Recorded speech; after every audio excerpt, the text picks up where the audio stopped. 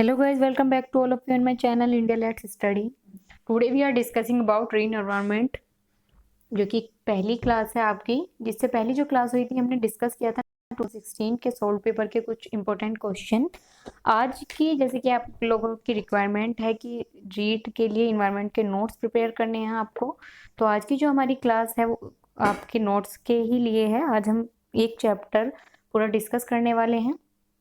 तो क्लास 1 है ये, ऐसी आपकी धीरे धीरे सारी क्लास कवर होने वाली है इन्वायरमेंट की यहाँ पर। तो आपको क्या करना है, क्लास देखते देखते क्या है, अब अपने नोट्स प्रिपेयर करने हैं, ठीक है। तो मैं सारा कुछ जो है वो पीडीएफ में नहीं लिख सकती, इसलिए मैं आपको हेडिंग के अकॉर्डिंग सभी कुछ बताऊंगी अंदर का आप, और धीरे धीरे समझाऊंगी। तो आप क्या है, अपना नोट्स बना सकते हैं और लिख भी सकते हैं, ठीक है। अगर आपको कहीं पर कोई कंफ्यूजन होता है तो आप इंस्टाग्राम पर डीएम कर देना कि, तो मैं आपको क्या होगा, आपको पीडीएफ भी अवेलेबल हो जाएगी। एंड अगर आपको कोई वीडियो से रिलेटेड परेशानी या दिक्कत या कुछ चीज़ समझ में नहीं आती है तो आप वीडियो पर कमेंट कर सकते हैं, ठीक है। तो स्टार्ट करते हैं अपनी आज की वीडियो। रीड इन्वायरमेंट के लिए है, जो कि हमारी क्लास फर्स्ट है। तो स्टार्ट करने से पहले प्लीज़ सब्सक्राइब कीजिए हमारा चैनल इंडिया लेट्स स्टडी, और अगर वीडियो पसंद आई तो प्लीज़ उसे लाइक कीजिए, शेयर कीजिए एंड वीडियो पर कमेंट्स ज़्यादा से ज़्यादा कीजिए, ठीक है। तो चैप्टर 1 है हमारा इन्वायरमेंट में फैमिली, परिवार। अगर बात करें तो ये आपका चैप्टर है यूनिट फर्स्ट में, जो कि यूनिट होती है हमारी समाजशास्त्र।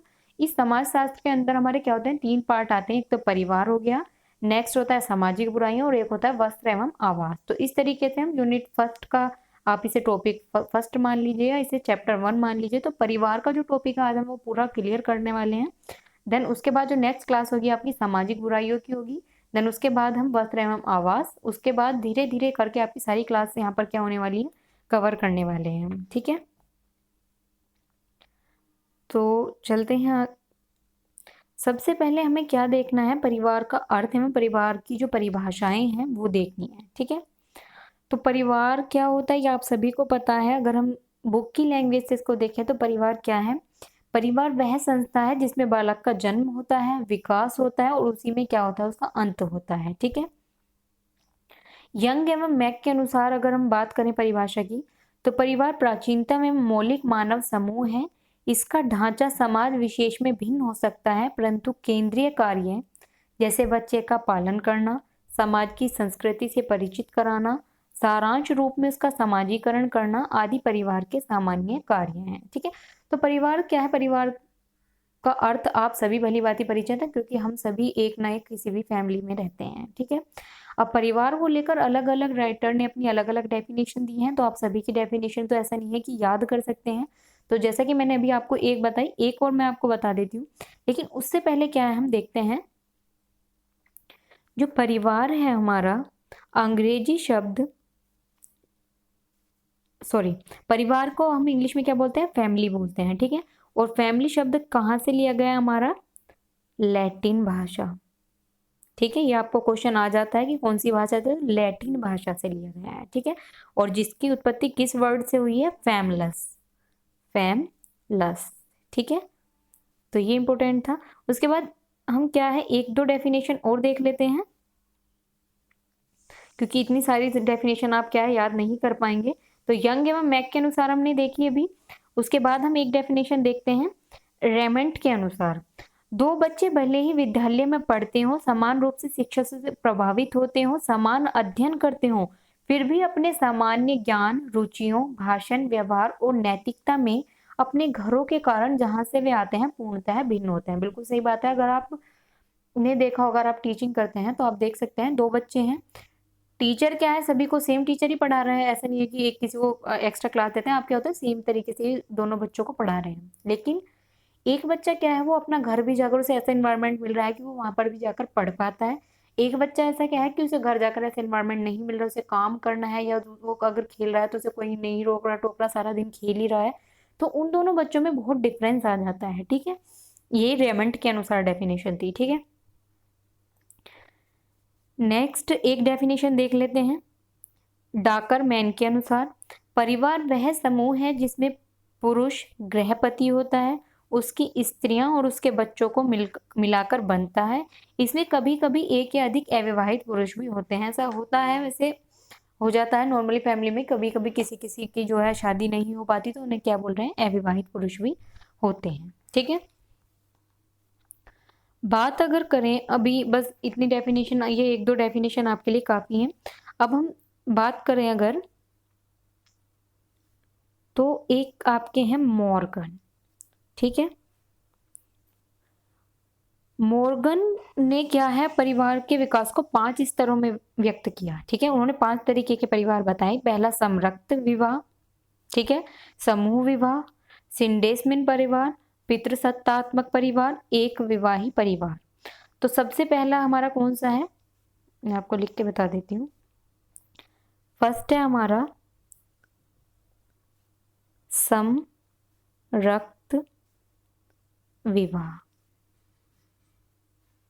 ठीक है, तो इसमें क्या होता है, ये परिवार का प्रारंभिक रूप है। ठीक है, इसमें क्या होता है, पिता पुत्री बहन भाई के बीच विवाह करने पर कोई प्रतिबंध नहीं था, बहुत पहले की बातें हैं। ठीक है, तो समरक्त विवाह यानी कि पिता पुत्री बहन भाई के बीच विवाह करने पर कोई क्या नहीं था, इसमें प्रतिबंध नहीं था।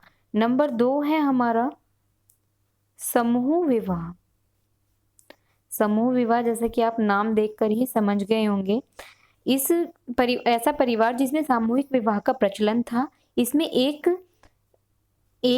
इस सभी स्त्रियों का पति होता था और प्रत्येक स्त्री सभी पुरुषों की पत्नी होती थी, यानी कि एक, जैसे कि आपने देखा पुराने जमाने में एक राजा की कितनी सारी रानियां होती थी, वो वाला। ठीक है, नेक्स्ट है नंबर 3 सिंडेस्मिन परिवार।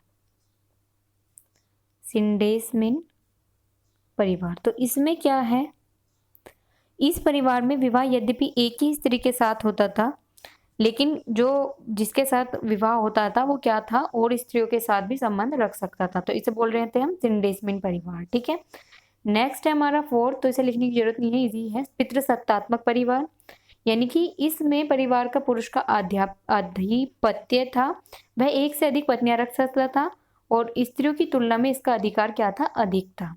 एक विवाही परिवार, अब मॉर्गन के अनुसार परिवार के विकास की अंतिम और आधुनिक अवस्था बताई है इन्होंने, जैसे कि अभी चल रहा है हमारा एक विवाही परिवार, इसमें एक पुरुष का विवाह एक ही स्त्री से होता था। ठीक है, तो अगर क्वेश्चन आ जाता है आपका कि मॉर्गन के अनुसार परिवार कितने प्रकार का होता है, तो हमें क्या लिखना है, आंसर क्या लिखाना है, 5।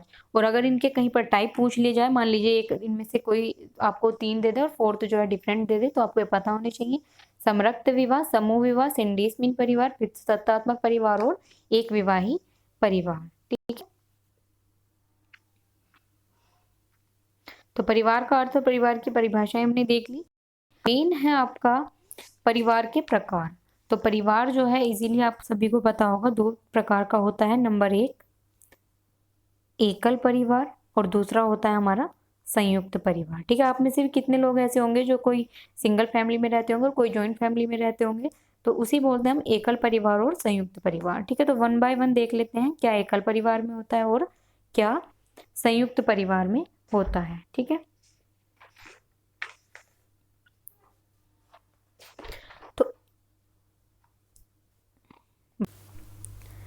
तो एकल परिवार क्या होता है हमारा, आकार की दृष्टि से एकल परिवार क्या है, सबसे छोटा होता है। इसमें कौन कौन होता है, आपको पति पत्नी और अविवाहित बच्चे होते हैं। ठीक है, अविवाहित इन द सेंस जब उनकी शादी हो जाएगी, वो क्या, जैसे लड़की की शादी हो जाती है वो अपने घर चली जाएगी, तो अविवाहित बच्चे होते हैं। ठीक है, आधुनिक युग में एकल परिवारों की संख्या क्या हो रही है हमारी, बढ़ती जा रही है। आप देख सकते हैं आजकल सभी लोग सिंगल फैमिली में रहना पसंद करते हैं, ज्वाइंट फैमिली में बहुत ही कम लोग आजकल रहते हैं। ठीक है, और अगर हम बात करें एकल परिवार के गुण और दोष दोनों की बात कर लेते हैं, इसी तरीके से संयुक्त परिवार के गुण और दोष दोनों की बातें करेंगे। ठीक है, तो गुण देख लेते हैं पहले। व्यक्तित्व के विकास का अवसर। ठीक है, व्यक्तित्व के विकास के लिए स्वतंत्र वातावरण का होना आवश्यक है। ऐसा वातावरण एकल परिवार में ही पाया जाता है। अब देख सकते हैं आप, जो जॉइंट फैमिली में अगर कोई लड़की होती है, वो मान लीजिए आगे पढ़ना चाहती है, तो बहुत सारे लोग होते हैं, सब लोगों की अपनी अलग अलग राय हो जाती है। कोई कहेगा कि इसे लड़के को हाँ आगे पढ़ना चाहिए, कोई कहेगा नहीं पढ़ना चाहिए, घर के काम करने चाहिए। तो इस तरीके से अगर हम सिंगल फैमिली में देखें, तो सिंगल फैमिली में लड़की को अगर पढ़ाई करनी है, हाँ उसके मम्मी पापा ने बोल दिया करनी है, तो डिसीजन वहीं पर ओवर हो जाता है। ठीक है, तो इस तरीके से उन्होंने बताया कि स्वतंत्र वातावरण होता है तो व्यक्तित्व के विकास का उन्हें अवसर मिल जाता है। क्यों? ठीक है, नेक्स्ट है कलह की संभावना नहीं। एकल परिवार में कलह की संभावना कम पाई जाती है क्योंकि पारिवारिक जीवन अधिक सुखमय होता है। ठीक है, कम नहीं बोल सकते, एक तरीके से मैं आपको बताती हूँ। जैसे कि मैंने अभी बताया जॉइंट फैमिली है, अगर लड़ाई मतलब मान लीजिए हो रही है तो 2 जनों के बीच में लड़ाई होगी, तीसरा उसमें इंक्लूड हो रहा है, फोर्थ उसमें इंक्लूड हो रहा है, तो जो है लड़ाई बढ़ते-बढ़ते क्या हो जाती है, बहुत बड़ी हो जाती है। अगर हम सिंगल फैमिली में हैं तो 2 जन आपस में लड़ रहे हैं, तो थोड़ी बहुत देर में क्या होता है आपकी वो लड़ाई कहीं न कहीं पर शांत होने की संभावना ज़्यादा रहती है। ठीक है, नेक्स्ट कुरीतियों का अभाव। एकल परिवार में पारिवारिक कुरीतियाँ और खराब परंपराओं का अभाव रहता है। ठीक है, फर्स्ट, सेकंड, थर्ड। फर्स्ट हो गया हमारा व्यक्तित्व के विकास का अवसर मिल जाता है, कलह की संभावना नहीं होती, और नेक्स्ट हमारा भी कुरीतियों का अभाव। कुरीतियाँ वही, जैसे कि अभी मैं अगर फर्स्ट वाले पॉइंट को हम लें तो जैसे कि बड़ी फैमिली है, कुछ लोग पुराने ख्याल के हैं, कुछ मॉडर्न ख्याल के हैं, तो कि हाँ भाई लड़की को तो घर का काम करना चाहिए, तो ये इस तरीके की कुरीतियाँ होती हैं और जो कि सिंगल फैमिली में बहुत कम पाई जाती हैं। फोर्थ है आलस्य का अभाव। एकल परिवार में परिवार का सारा बोझ वयस्क पुरुष अर्थात मालिक पर रहता है, वह आलस्य त्याग कर आय बढ़ाने के लिए प्रयत्नशील रहता है। ठीक है, देखिए आप देख सकते हैं जॉइंट फैमिली में आपके चाचा भी हो गए, ताऊ जी भी हो गए और बाबा जी भी हो गए, जो भी हैं, तो कई सारे जन हो जाते हैं जो कि परिवार में मतलब कि काम करते हैं, जो कि परिवार का खर्च उठाते हैं। तो उसमें थोड़ी क्या हो जाती है, आलस्य की भावना आ जाती है। अब जो बड़े हैं वो सोचेंगे कि भाई मैं अकेला क्यों करूँ, ये भी करेगा, इसके भी बच्चे यहाँ पर हैं, पढ़ते हैं, लिखते हैं, खाते हैं। तो वही वाला हो जाता है ना, जैसे कि सिंगल फैमिली में हम अगर देखें, हमारे पापा हैं, हम सिंगल फैमिली में रह रहे हैं, तो वो उन्हें दिखेगा कि भाई हाँ, उनका सारा जो हमारा जो भरण-पोषण है या पढ़ाई का जो खर्चा है सब उन्हें उठाना है, तो वो किसी दूसरे को देखकर आलस्य नहीं करेंगे यहाँ पर। ठीक है? अब बात करें अगर एकल परिवार के हम दोष की बात करें, ठीक है? ये गुण चल रहे थे, अब हम बात करते हैं एकल परिवार के दोष की, ठीक है? तो नंबर 1,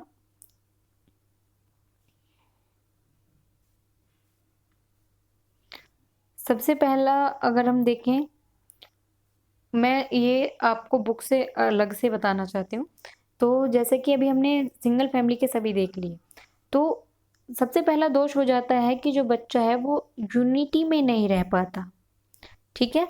उसको शेयरिंग नहीं पता होती है इतना जितना कि हम जॉइंट फैमिली में बच्चा ज़्यादा शेयरिंग, ज़्यादा यूनिटी के बारे में उसको ज्ञान हो जाता है, तो सिंगल फैमिली में रहकर बच्चा वो चीज़ें नहीं सीख सकता।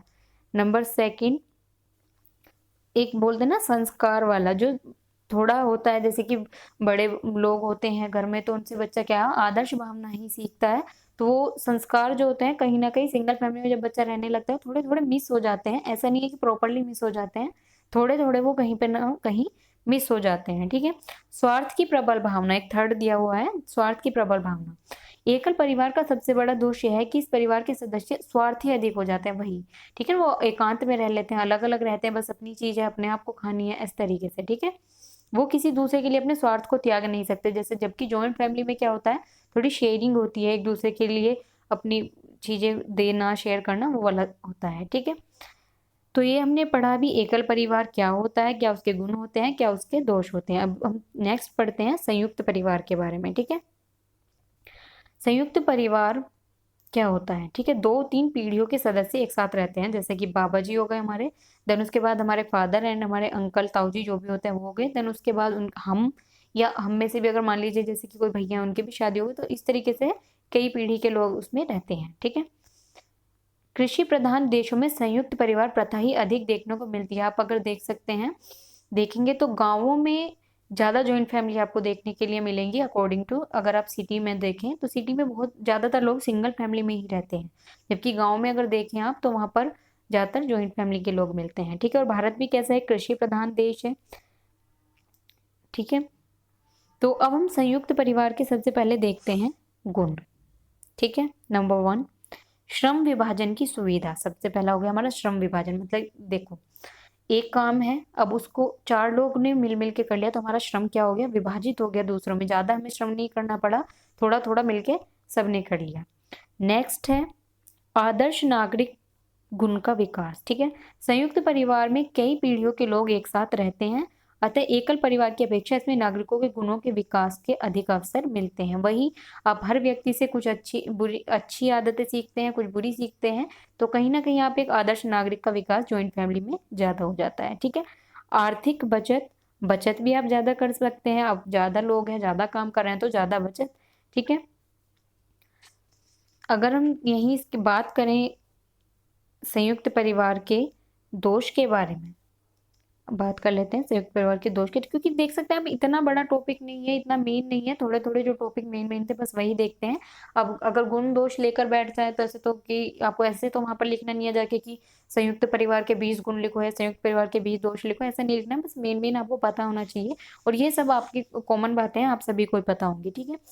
फर्स्ट है आलस्य में वृद्धि। ठीक है। जैसे कि हमने देखा भी, आलस्य में वृद्धि हो जाती है, एक दूसरे पर सब क्या होता है, काम अपना छोड़ देते हैं कि ये कर लेगा, ये कर लेगा। मेन है, एक है स्त्रियों की दुर्दशा। संयुक्त परिवार में स्त्रियों के भी समुचित विकास नहीं मिल पाता। ठीक है। ना ही उन्हें वो स्वतंत्रता मिलती है, ना ही उन्हें इतना वो रहता है कि जैसे कि बाहर चली जाएं, वो घर में ही ज्यादातर रहती है, सारा काम जो होता है पुरुष ही करते हैं। ठीक है। तो ये संयुक्त परिवार के गुण दोष, एकल परिवार के गुण दोष हमने सभी पढ़ लिए हैं। नेक्स्ट इसी में टॉपिक डिस्कस करेंगे जो कि है सामाजिक बुराइयों का। अभी यहाँ पर हम कुछ देख लेते हैं, क्वेश्चन परिवार से रिलेटेड है। ठीक है। पहला क्वेश्चन है, परिवार से तात्पर्य माता पिता और बच्चों के संबंधों की व्यवस्था से है। तो जब हमने डिस्कस किया था, ये वाली डेफिनेशन हमने कहीं पर नहीं पढ़ी थी, तो ये डेफिनेशन जो है हमारी क्लेयर ने दी थी परिवार के लिए। ठीक है। नेक्स्ट चलते हैं, निम्नलिखित में से किस विद्वान ने परिवार को समाज की कोशिका कहा है? ये भी परिवार को समाज की कोशिका किसने कहा है? कॉम्टे ने। ठीक है। नेक्स्ट है, कौन सी विशेषता परिवार की नहीं है? कम से कम 2 भिन्न लिंग वाले वयस्क साथ रहते हैं, प्रत्येक सदस्य की आय भिन्न जमा की जाती है, समान आवास, भोजन और समान सामाजिक क्रियाओं का उपयोग करते हैं, सुरक्षा एवं बच्चों का साझा उत्तरदायित्व। तो इसमें इसने क्या पूछा है कि कौन सी विशेषता जो है हमारी परिवार की नहीं है। ठीक है। प्रत्येक सदस्य की आय भिन्न जमा की जाती है, ये वाला हमारा परिवार की विशेषता नहीं है। नेक्स्ट है, हिंदू परंपरागत विश्वास के अनुसार विवाह है एक संस्कार, समझौता, औपचारिकता या बंधन। फोर्थ ए का आ जाएगा हमारा ए, संस्कार। ठीक है। नेक्स्ट चलते हैं, विवाह को किसने बच्चों को पैदा करने और पालन पोषण करने की संविदा के रूप में परिभाषित किया? तो फिफ्थ का आंसर हो जाएगा हमारा सी, वेस्टरमार्क ने। ठीक है। इन्होंने क्या कहा, विवाह को बच्चों को पैदा करने और पालन पोषण करने की संविदा के रूप में परिभाषित किया। नेक्स्ट क्वेश्चन पर चलते हैं, क्वेश्चन नंबर 6, भारत में अंतरजातीय विवाह के विधायी प्रावधान सर्वप्रथम किए गए। तो 6 का हो जाएगा हमारा आंसर बी, विशेष विवाह अधिनियम।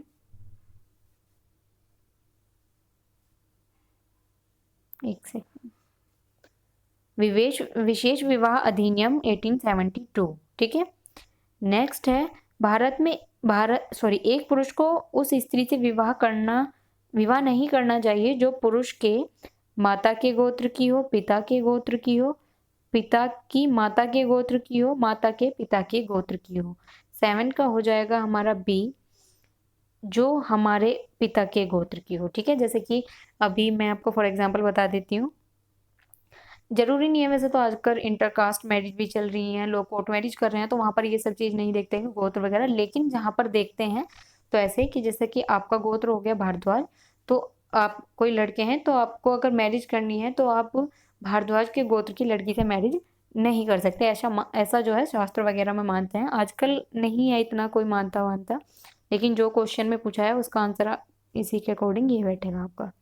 ठीक है। चलते हैं नेक्स्ट क्वेश्चन पर, देवर अधिकार विवाह है भाई की पुत्री के साथ विवाह, दिवंगत पति के भाई के साथ विवाह, बहन की पुत्री के साथ विवाह, ममेरे भाई एवं फुफेरी बहन के बीच। तो 8th क्वेश्चन का आंसर हो जाएगा हमारा बी, दिवंगत पति के भाई के साथ विवाह।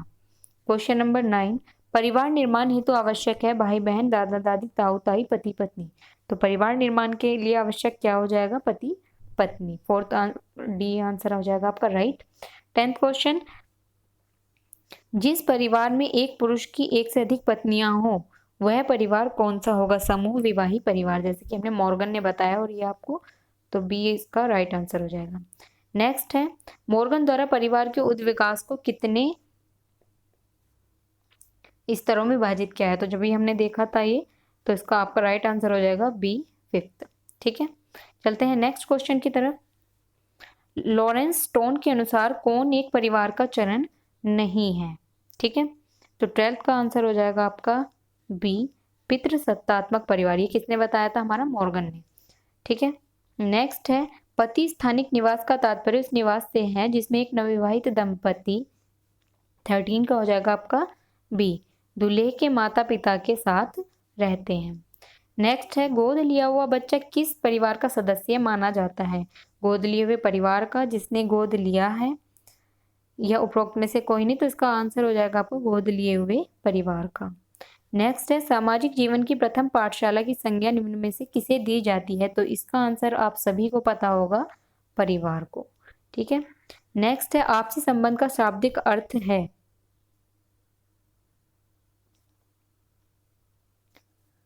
तो इसका आंसर हो जाएगा आपका प्रत्येक परिस्थिति में एक दूसरे का साथ देना। चलते हैं नेक्स्ट पर, क्वेश्चन नंबर 17, पारिवारिक संबंधों को मजबूत किया जा सकता है आपसी मतभेद को दूर करके, एक दूसरे से अलग होकर, साथ रहते हुए कोई बातचीत हो। तो 17 का हो जाएगा आपका ए, आपसी मतभेद को दूर करके। 18 है, निम्न में से परिवार का प्रकार है? पितृवंशीय, विवाह पद्धति, निवास स्थल, ये सभी। तो 18 का आंसर हो जाएगा आपका डी, ये सभी। नेक्स्ट है, किस प्रकार के परिवार विश्व के सभी समाजों में पाए जाते हैं? संयुक्त परिवार, विस्तृत परिवार, नाभिक या एकाकी परिवार। तो 19 का आपका डी हो जाएगा, आपको सिंगल फैमिली ज्यादातर सब जगह देखने को मिलेगी। 20 है, निम्न में से एकल परिवार का गुण है? सामाजिक सुरक्षा, श्रम विभाजन की सुविधा, व्यक्तित्व का विकास का अवसर। तो यही है हमारी एकल परिवार की विशेषता, व्यक्तित्व के विकास का अवसर हमें यहाँ पर अधिक देखने के लिए मिलता है। ठीक है,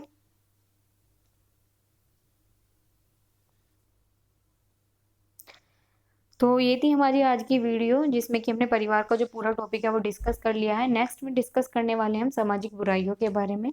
तो उम्मीद है आपको आज की वीडियो पसंद आई होगी। तो वीडियो को ज़्यादा से ज़्यादा शेयर करें, लाइक करें एंड वीडियो पर कमेंट्स ज़्यादा से ज़्यादा करें। ठीक है, तो करते हैं, मिलते हैं नेक्स्ट वीडियो में।